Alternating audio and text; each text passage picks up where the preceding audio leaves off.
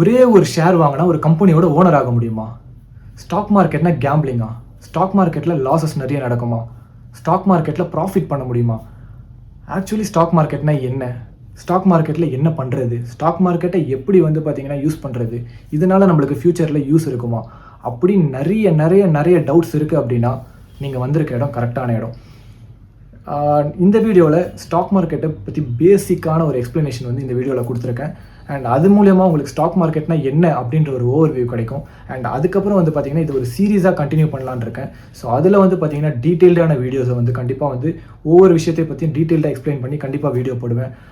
And இன்னும் இந்த மாதிரி நிறைய வீடியோஸ் பார்க்கணும் அப்படின்னா two subscribe. Welcome to traders view. நான் உங்கள் நிக்கில். வாங்க இன்னைக்கு வீடியோவில் போகிறோம். வீடியோவில் முதல்ல எங்கேருந்து ஆரம்பிக்க போகிறோம் அப்படின்னு பார்த்தீங்கன்னா ஸ்டாக் மார்க்கெட்டோட ஹிஸ்ட்ரி. உலகத்தில் முதல்ல ஸ்டாக் மார்க்கெட் எங்கே ஆரம்பிச்சது அப்படின்னு பார்த்தீங்கன்னா ஆம்ஸ்டர்டாமில் ஆரம்பிச்சது 1602 வருஷத்தில்.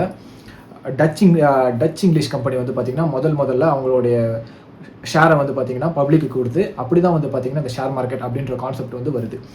இந்தியாவில் பார்த்தீங்கன்னா முதல்ல எப்போ ஸ்டாக் மார்க்கெட் வந்துச்சு அப்படின்னு பார்த்தீங்கன்னா 1875 பிஎஸ்சி அப்படின்னு சொல்லுவாங்க. அது என்னதுன்னா பாம்பே ஸ்டாக் எக்ஸ்சேஞ்ச். அதுதான் பார்த்தீங்கன்னா இந்தியாவில் முதல்ல வந்த ஸ்டாக் எக்ஸ்சேஞ்ச். அதுக்கு தாண்டி பார்த்தீங்கன்னா 1992 நேஷனல் ஸ்டாக் எக்ஸ்சேஞ்ச் அப்படின்றது பார்த்தீங்கன்னா வந்துச்சு. அடுத்து என்ன பார்க்க போகிறோம் அப்படின்னு பார்த்தீங்கன்னா இந்த ஸ்டாக் மார்க்கெட்னா என்ன?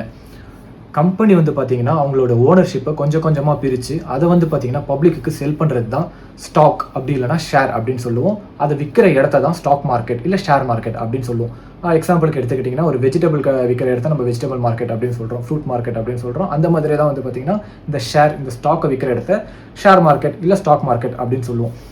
இப்போ உங்களுக்கு ஒரு டவுட் வரலாம், ஏன் கம்பெனி அவங்களோட ஓனர்ஷிப்பை பப்ளிக்கு கொடுக்கணும் அப்படின்னு.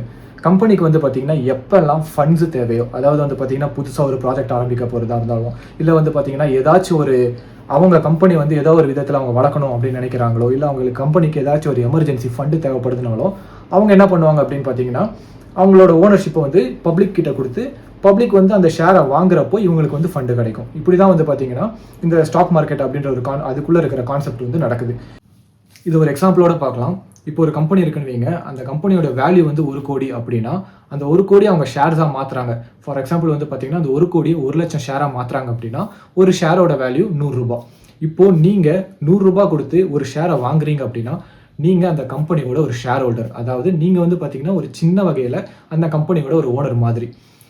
உங்களுக்கு பார்த்தீங்கன்னா அந்த கம்பெனியோட ஆனுவல் ஜெனரல் மீட்டிங்க்கான லிங்க்ஸ் வரும் மெயிலில். நீங்கள் பார்த்தீங்கன்னா அந்த மீட்டிங் அட்டன் பண்ண முடியும் அண்ட் உங்களால் உங்கள் ஒப்பீனியனை சொல்ல முடியும். அண்ட் அதே மாதிரி கம்பெனிக்குள்ளே என்ன நடக்குது அப்படின்றதே பார்த்தீங்கன்னா தெரிஞ்சிக்க முடியும். அண்ட் இதுக்கப்புறம் என்ன பார்க்க போகிறோம் அப்படின்னு பார்த்தீங்கன்னா எக்ஸ்சேஞ்சஸ். என்னடா எக்ஸ்சேஞ்ச் அப்படின்னு கேட்டிங்கன்னா, நான் ஆல்ரெடி சொல்லியிருந்தேன் இந்தியாவில் பார்த்தீங்கன்னா 2 மேஜர் எக்ஸ்சேஞ்ச் இருக்குது அப்படின்னு. ஒன்று பார்த்தீங்கன்னா பிஎஸ்சி, இன்னொன்று என்எஸ்சி. இந்த பிஎஸ்சின்றது பாம்பே ஸ்டாக் எக்ஸ்சேஞ்ச், என்எஸ்சின்றது பார்த்தீங்கன்னா நேஷனல் ஸ்டாக் எக்ஸ்சேஞ்ச். இந்த எக்ஸ்சேஞ்ச் மூலயமா தான் பார்த்தீங்கன்னா நம்ம வாங்குகிற ஷேர்ஸ், விற்கிற ஷேர்ஸ் எல்லாமே பார்த்தீங்கன்னா ட்ரேட் ஆகிறது எங்கே அப்படின்னு பார்த்தீங்கன்னா இந்த எக்ஸ்சேஞ்ச் மூலயமா தான். இந்த மூலயமா தான் பார்த்தீங்கன்னா நம்மளால் ஸ்டாக்ஸை வாங்கவும் முடியும், ஸ்டாக்ஸை விற்கவும் முடியும். இந்த ஷேர்ஸ் எல்லாம் பார்த்தீங்கன்னா வாங்குறதோ விற்கிறதோ உங்களால் டேரெக்டாக எக்ஸ்சேஞ்ச் மூலயமா பண்ண முடியாது. அதுக்கு பார்த்தீங்கன்னா உங்களுக்கு தேவை யார் அப்படின்னா புரோக்கர். இந்த புரோக்கர் தான் ஒரு இன்டர்மீடியரி மாதிரி. அண்ட் இந்தியாவில் பார்த்தீங்கன்னா நிறைய புரோக்கர்ஸ் இருக்காங்க. ஜீரோதா, க்ரோ, அப்ஸ்டாக்ஸ், அதுக்கப்புறம் பார்த்தீங்கன்னா ஏஞ்சல் ஒன், இந்த மாதிரி இன்னும் நிறைய புரோக்கர்ஸ் இருக்காங்க. அந்த புரோக்கர்ஸில் உங்களுக்கு எந்த புரோக்கர்ஸ் கரெக்டாக இருக்குன்னு ஃபீல் ஆகுதோ அந்த புரோக்கரில் நீங்கள் டிமேட் அக்கௌண்ட் அப்படின்ற ஒரு அக்கௌண்ட்டை ஓப்பன் பண்ணி உங்களால் பார்த்தீங்கன்னா வாங்குறதும் விற்கிறதும் பண்ண முடியும். இப்போ டிமேட் அக்கௌண்ட் அப்படின்ற ஒரு விஷயத்தை பற்றி சொன்னானே, அப்படின்னா என்ன அப்படின்னு நீங்கள் யோசிக்கலாம். அடுத்து நம்ம எதை பற்றி பார்க்க போகிறோம் அப்படின்னு பார்த்தீங்கன்னா டிமேட் அக்கௌண்ட். டிமேட் அக்கௌண்ட் அப்படின்னு என்னன்னு பார்த்தீங்கன்னா டிமெட்டீரியலைஸ்ட் அக்கௌண்ட் அப்படின்னு சொல்லுவாங்க. இந்த டிமெட்டீரியலைஸ்ட் அக்கௌண்ட்னா என்ன அப்படின்னு பார்த்தீங்கன்னா நம்ம வாங்குகிற ஷேர்ஸை ஸ்டோர் பண்ணி வைக்கிற ஒரு அக்கௌண்ட் தான் இந்த டிமெட்டீரியலைஸ்ட் அக்கௌண்ட். முன்னாடியெல்லாம் பார்த்தீங்கன்னா எல்லாமே பேப்பர் ஃபார்மேட்டில் தான் இருந்துச்சு. ட்ரேடிங்கே பார்த்தீங்கன்னா பேப்பர் ஃபார்மேட்டில் தான் நடந்துட்டு இருந்துச்சு. லேட்டர் அதை டிஜிட்டலைஸ் பண்ணாங்க. லேட் 2000s அப்படின்னு சொல்லலாம். அதில் தான் பார்த்தீங்கன்னா இல்லை ஏர்லி 2000s தான் இந்த டிஜிட்டலைஸ்டு வே ஆஃப் ஷேரை சேவ் பண்ணுற விதம் வந்துச்சு. அதுக்கான ஒரு அக்கௌண்ட் தான் பார்த்தீங்கன்னா இந்த டிமெட்டீரியலைஸ்ட் அக்கௌண்ட், டிமேட் அக்கௌண்ட் அப்படின்னு சொல்லுவாங்க. நம்ம எப்படி பார்த்தீங்கன்னா பேங்க்கில் காசை ஸ்டோர் பண்ணி வைக்கிறோமோ அந்த மாதிரி ஷேரை ஸ்டோர் பண்ணி வைக்கிறதுக்கும் நம்மளோட ஸ்டாக்ஸை பார்த்தீங்கன்னா ஸ்டோர் பண்ணி வைக்கிறதுக்கும் ஒரு அக்கௌண்ட் தேவை. அந்த அக்கௌண்ட் தான் பார்த்தீங்கன்னா டிமேட் அக்கௌண்ட். பேங்க் அக்கௌண்ட்டை வந்து பேங்க்கில் போய் ஓப்பன் பண்ணிக்கலாம். இப்போ இந்த டிமேட் அக்கௌண்ட் அப்படின்னு ஒரு விஷயத்த சொன்னானே, அது எப்படி ஓப்பன் பண்ணுறது, அது எங்கே போய் ஓப்பன் பண்ணுறது அப்படின்னு நிறைய டவுட்ஸ் இருக்கும். கண்டிப்பாக வந்து பார்த்தீங்கன்னா டீட்டெயில்டாக ஒரு வீடியோ வந்து அப்கமிங் இதில் வந்து நான் போடுறேன். இதை வந்து பார்த்தீங்கன்னா ஒரு சீரீஸாக எடுத்துகிட்டு போகலாம் அப்படின்னு இருக்கேன்.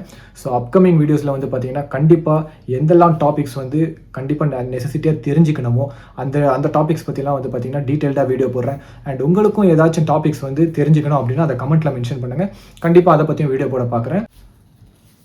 அடுத்து முக்கியமான டாபிக் என்னன்னு பார்த்தீங்கன்னா ஐபிஓ அப்படின்னா என்ன அப்படின்னு பார்த்தீங்கன்னா இனிஷியல் பப்ளிக் ஆஃபரிங் அப்படின்னு சொல்லுவாங்க. அண்ட் இதை பற்றி தெரிஞ்சுக்கணும் அப்படின்னா அதுக்கு முன்னாடி நீங்கள் 2 விஷயத்தை பற்றி தெரிஞ்சுக்கணும். அது என்னது அப்படின்னு பார்த்தீங்கன்னா பிரைமரி மார்க்கெட், செகண்டரி மார்க்கெட். இந்த பிரைமரி மார்க்கெட் அப்படின்னா என்னன்னு பார்த்தீங்கன்னா கம்பெனி வந்து முதல் முறையாக அவங்க ஷேர்ஸை வந்து பப்ளிக்கு கொடுக்கணும்னு நினைக்கிறாங்கன்னா அந்த கொடுக்குற ஒரு இடம் நடக்குது பார்த்தீங்கன்னா, அந்த ட்ரேட்ஸ் நடக்கிற இடம் இருக்குல்ல, அதை தான் வந்து பார்த்தீங்கன்னா பிரைமரி மார்க்கெட் அப்படின்னு சொல்லுவாங்க. அங்கே தான் வந்து பார்த்தீங்கன்னா கம்பெனி முதல் முறையாக அவங்களோட ஷேர்ஸை வந்து பப்ளிக்கு கொடுக்குறாங்க. இனிஷியல் பப்ளிக் ஆஃபரிங், இதுதான் வந்து பார்த்தீங்கன்னா ஐபிஓ. இந்த இடத்துல என்ன நடக்குது அப்படின்னு பார்த்தீங்கன்னா கம்பெனி டு இன்வெஸ்டர், அதாவது வந்து பார்த்தீங்கன்னா ட்ரேடு நடக்கிறது கம்பெனி டு இன்வெஸ்டர். நீங்கள் வந்து டேரெக்டாக கம்பெனிக்கிட்டேருந்து வந்து பார்த்தீங்கன்னா அவங்களோட ஷேர்ஸை வாங்குவீங்க.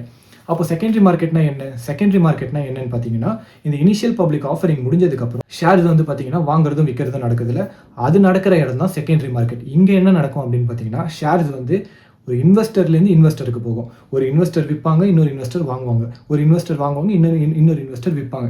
இது நடக்கிற இடம் தான் வந்து பார்த்தீங்கன்னா செகண்டரி மார்க்கெட். ஓகே, இந்த ஐபிஓ பற்றி சொல்லிட்டேன். இந்த ஐபிஓவில் வந்து பார்த்தீங்கன்னா எப்படி அப்ளை பண்ணுறது, ஐபிஓவில் எப்படி முதல் தடவை கம்பெனிக்கிட்டேருந்து டேரெக்டாக வந்து நான் ஷேர்ஸை வாங்குறது அப்படின்ற டவுட்ஸ்லாம் இருக்கும். அண்ட் அதை எப்படி வாங்குறது அப்படின்றத வந்து பார்த்தீங்கன்னா டீட்டெயில்டாக எக்ஸ்பிளைன் பண்ணி ஃபர்தர் சீரீஸில் வர ஃபர்தர் வீடியோஸில் கண்டிப்பாக அதை பற்றி வந்து பார்த்தீங்கன்னா எக்ஸ்பிளைன் பண்ணி போடுறேன். அண்ட் இப்போ நம்ம அடுத்ததாக பார்க்க போகிற டாபிக் என்னென்னு பார்த்தீங்கன்னா ட்ரேடிங் வெர்சஸ் இன்வெஸ்டிங். ட்ரேடிங் அப்படின்னு சொல்லி கேள்விப்பட்டிருக்கோம். அப்புறம் வந்து பார்த்தீங்கன்னா இன்வெஸ்டிங் அப்படின்னு சொல்லி கேள்விப்படுறோம். இதுக்கு ரெண்டுத்துக்கும் என்ன வித்தியாசம் ஆக்சுவலாக அப்படின்னு வந்து நிறைய வாட்டி யோசிச்சிருக்கலாம், இல்லை அப்படின்ற தாட்ஸ் வந்து வந்திருக்கலாம். ஆக்சுவலாக வந்து பார்த்தீங்கன்னா ட்ரேடிங் அப்படின்னா என்னென்னா ஷார்ட் டேர்மில் பண்ணுறது தான் இந்த ட்ரேடிங் அப்படின்னு சொல்லுவோம். அப்போ இன்வெஸ்டிங்னா லாங் டேர்மில் பண்ணுறது. என்னது ஷார்ட் டேர்ம், என்னது லாங் டேர்ம் அப்படின்னு பார்த்தீங்கன்னா 3 வருஷத்துக்கு கீழே பண்ணுறது எல்லாமே மோஸ்ட்டாக நம்ம ஷார்ட் டேர்ம் அப்படின்ற விஷயத்தில் சொல்லுவோம். அதுவே 3 வருஷத்துக்கு மேலே பண்ணுறது வந்து பார்த்திங்கன்னா இன்வெஸ்ட்மெண்ட் அப்படின்னு சொல்லுவோம். அதை தான் இன்வெஸ்டிங் அப்படின்னு வந்து சொல்லுவோம். இந்த ட்ரேடிங்லேயே வந்து பார்த்திங்கன்னா நிறைய விதமான ட்ரேடிங் இருக்குது.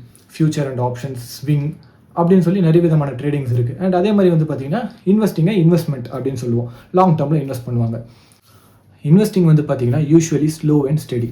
அதுவே ட்ரேடிங் அப்படின்னு பார்த்தீங்கன்னா ஃபாஸ்ட்டாக ப்ராஃபிட் வரும், அதே டைமில் வந்து பார்த்திங்கன்னா லாஸ் ஆனாலும் ஃபாஸ்ட்டாக லாஸ் ஆகும். அண்ட் இப்போ சொன்ன இந்த இன்வெஸ்ட்மெண்ட் ட்ரேடிங்ஸ் இதெல்லாம் பற்றி வந்து பார்த்திங்கன்னா ஃபர்தர் வீடியோஸில் கண்டிப்பாக வந்து பார்த்திங்கன்னா டீட்டெயிலாக எக்ஸ்பிளைன் பண்ணுறேன். அண்ட் ஆல்ரெடி வந்து பார்த்திங்கன்னா நம்ம சேனலில் நிறைய ட்ரேடிங் ரிலேட்டடான கண்டென்ட்ஸ் வந்து போட்டிருக்கேன். டீட்டெயிலாக எக்ஸ்பிளைன் பண்ணி சில ஸ்ட்ராட்டஜிஸ் எல்லாம் கூட போட்டிருக்கேன். அண்ட் அதெல்லாம் நீங்கள் பார்க்கல அப்படின்னா டூ விசிட், கண்டிப்பாக உங்களுக்கு யூஸ்ஃபுல்லாக இருக்கும் அப்படின்னு நம்புகிறேன். அண்ட் அடுத்து நம்ம பார்க்க போகிற இம்பார்ட்டண்ட்டான ஒரு டாபிக் என்னன்னு பார்த்தீங்கன்னா ஒரு ட்ரூத், ஸ்டாக் மார்க்கெட்டை பற்றின ஒரு ட்ரூத் என்ன அப்படின்னு பார்த்தீங்கன்னா ஸ்டாக் மார்க்கெட்னாலே வந்து பார்த்தீங்கன்னா ஈஸி மணி அப்படின்னு நிறைய பேர் நினைக்கிறாங்க. கண்டிப்பாக அப்படி கிடையாது. ஸ்டாக் மார்க்கெட்டில் நிறைய ரிஸ்க் இருக்குது.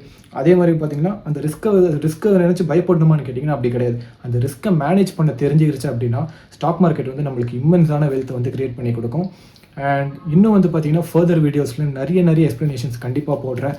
அடுத்தடுத்த வீடியோஸில் வந்து பார்த்தீங்கன்னா ஐபிஓனா என்ன, டிமேட் அக்கௌண்ட் எப்படி ஓப்பன் பண்ணுறது, ஃபியூச்சர் அண்ட் ஆப்ஷன்ஸ் ட்ரேடிங் பற்றி எக்ஸ்பிளைன் பண்ணுறேன். ஒரு ஸ்டாக்கை எப்படி வாங்குறது, ஒரு ஸ்டாக்கை எப்படி விற்கிறது, அண்ட் ஆப்ஷன்ஸ் பண்ணுறோன்னா அதுக்கான ஸ்ட்ராட்டஜிஸ், அதுக்கான மெத்தட்ஸ், நான் என்ன மெத்தட்ஸில் ட்ரேட் பண்ணுறேன், நான் என்ன ஸ்ட்ராட்டஜி யூஸ் பண்ணி ட்ரேட் பண்ணுறேன்.